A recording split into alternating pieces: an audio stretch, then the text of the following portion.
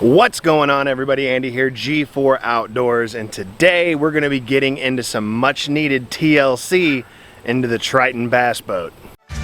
Well, here's a little story about two friends that came together, and we started up a YouTube just to talk about whatever. We're on a boat catching big bass and smashing them cats, from review videos to just making you laugh. Cause we got guns, we got knives, we got fishing, we got hunting, we got everything you like, so hit that subscribe button. We're in the outdoors, doing things that we love. We're talking guitars, girls, green grass, and guns.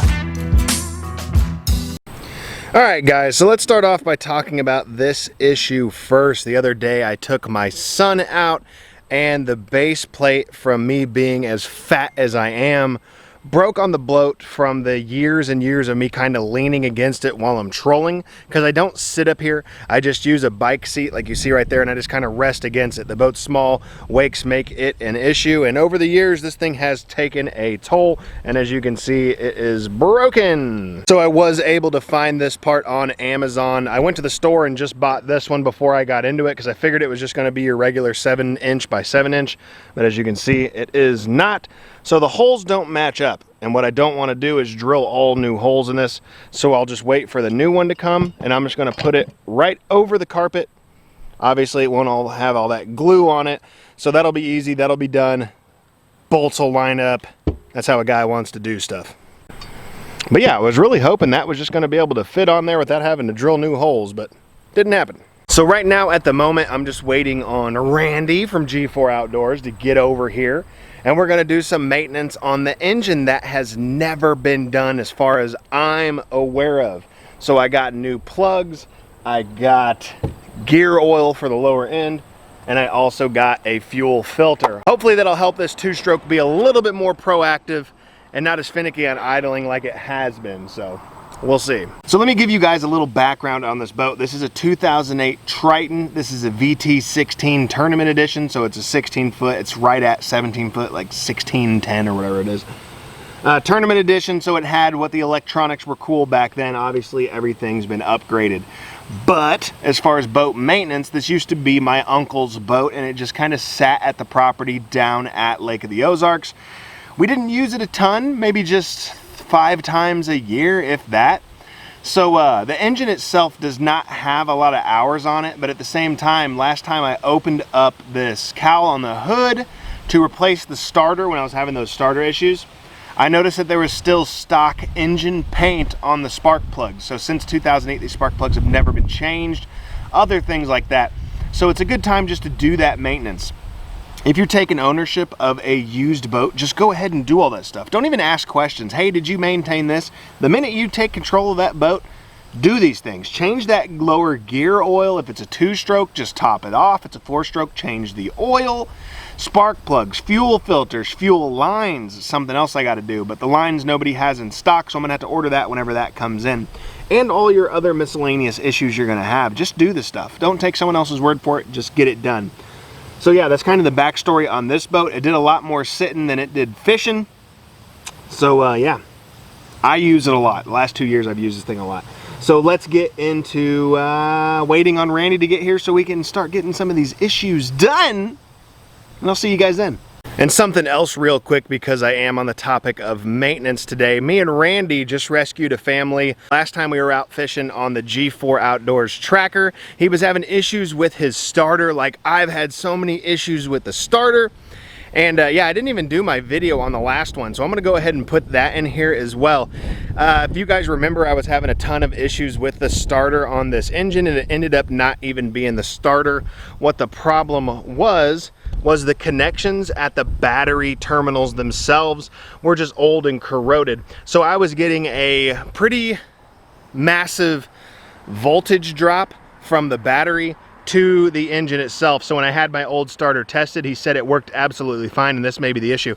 So what I had to do is just replace all my terminal connections with brand new ones, and I have not had a single problem since. So if you guys are having starter issues with your boat, if your pinion gear is turning but it's not plunging up into the flywheel to engage, you may just be getting a really bad voltage drop, especially on some of these older boats.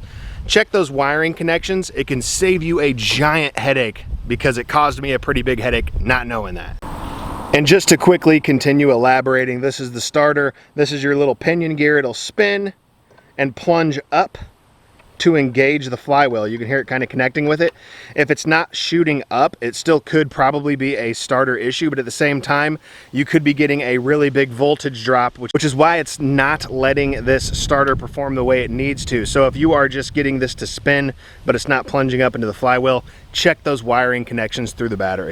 Well, as I've been kind of organizing some stuff, Amazon just dropped off the new base plate I needed. Like I said, this Triton boat has an offset, so it's 6 inches by 8 inches compared to kind of the norm is like 7 by 7. But I'll be able to screw this in right over top of the carpet, line up to all the holes, and be good to go. Before, this was mounted up under the carpet. As you can see, I had to cut it all out because I'd have to take all this carpet off to do it the way it was stock supposed to be done, and that ain't happening. So I'm just going to cover up the carpet and call it a day. All right, guys, I know you can't see him well off camera, but Randy's now over here to help me do this because I need an extra hand when it comes to this for sure, because I can't reach them both. So we're gonna go ahead and put the new base plate for the seat on right now. Heard that. There's a couple in there. It'll squish the carpet down, so this will be a little bit more flush. There we go. And just torque it down. Which one you want to start with? I gotta do one at a time. Whichever one you grab.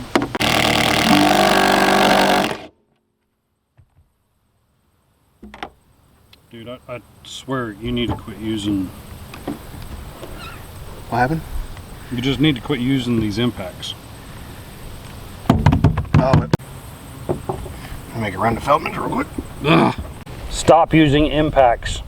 All right, guys, so besides me using impacts all the time, the one thing this boat does like to do is eat alive all of your bolts and your drill bits. It's just kind of what it does, but let's get the rest of these in. All right, guys, so typical G4 fashion, we broke a bunch of bolts because that's what this boat does.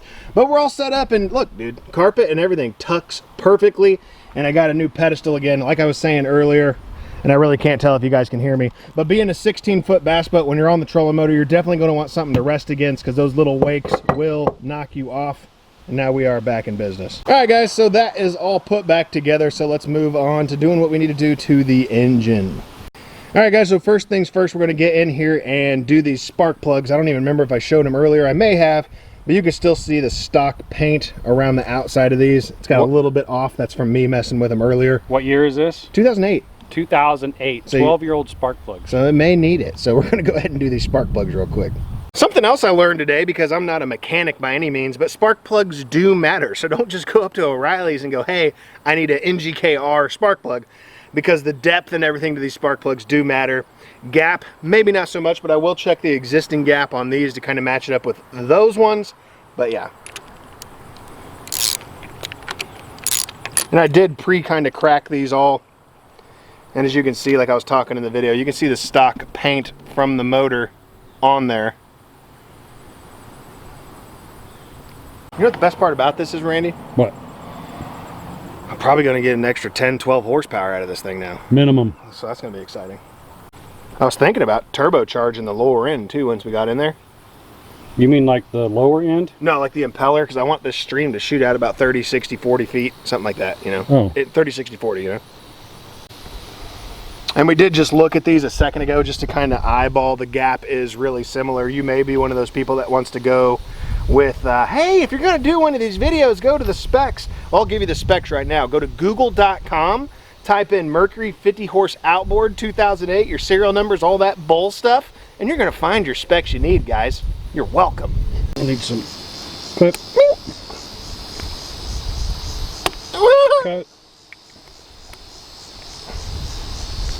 Well, hey, it's the first time we did something and didn't break something, so going forward, God, appreciate you. Of course it's not the right one. Why would it be the right one?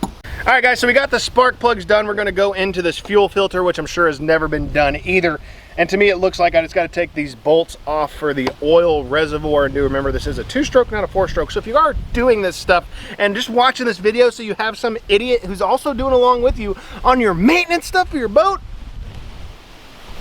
if you got a 4-stroke, change your oil. If it's a 2-stroke, it eats your oil. So all you have to worry about is your lower end gear on that. But we're gonna go ahead and take this oil reservoir off, and I forgot how bad my hand hurts because I just tried to twist that and it hurt extremely bad.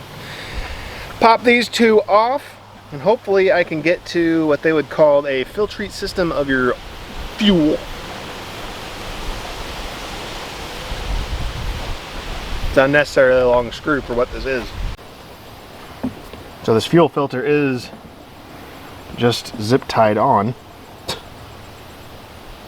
It is zip tied, isn't it? Oh no. Oh no. It's your overflow. Try and push it down. Yeah, let's say you better rotate. With the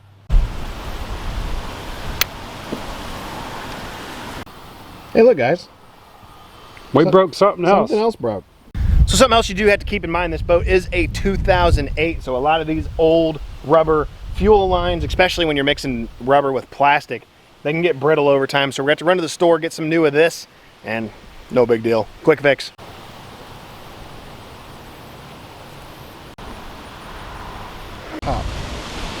And something to always remember if you are new and even working on this stuff, pay attention to these arrows for the way your fuel needs to flow with these filters. For me, I need it pointing up into the carburetor. So just make sure the flow of fuel is going in that direction.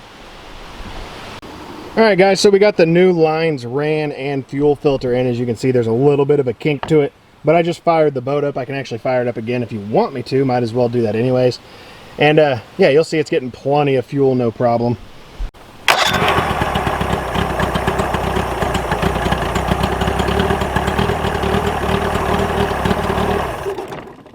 As you can see, it's idling fine and everything's working better than it was before, because usually it'd have a little bit of a trouble idling. Didn't have a single problem idling this time at all. So next step, let's get this lower gear stuff done to the lower unit. Super simple job. We've already done this on the 4-stroke boat, the Tracker Target 19. Check that video out if you want to as well. But it's as simple as 2 bolts, new gear lube, and you're gonna need this little pumping mechanism to pump your oil in from the bottom, pressurized to the top. So let's get into this, starting by taking off the bottom bolt from the unit to let this oil drain out. All right, I want to give a quick explanation here on what we're going to be doing and why we need to do it. We're going to be putting the hose into the bottom and pressuring this oil to raise all the way up to this hole right here. And the reason you want to do that, if you pour the oil in the top, you're going to get some voids of oil and air pockets in here, and you're not going to be able to fill this completely all the way up. So you want to fill it from the bottom, and as that rises, it fills all of the cavities in here, and this is actually going to be your sight level. So once we start pumping in here, the oil level is going to raise, and as soon as it starts to come out of this hole right here, we're going to cap this, cause a vacuum, and then we're going to pull the fill tube out and cap this. So I just wanted you to understand what we're doing, because this process might go a little bit quick once it starts coming out the vent hole. Then you get impatient and you just start pumping fast. At first you're like, eh. Now it's like, ah, I'm done.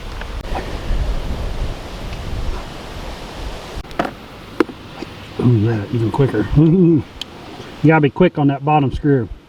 I'm trying to film, but you keep getting your head in the way. I am going vroom. So yeah, guys, we just finished up with the lower air unit. Like I said, it really is that easy. All this stuff is kind of that easy. Finding the right hoses, not as easy. You gotta hope they have that stuff.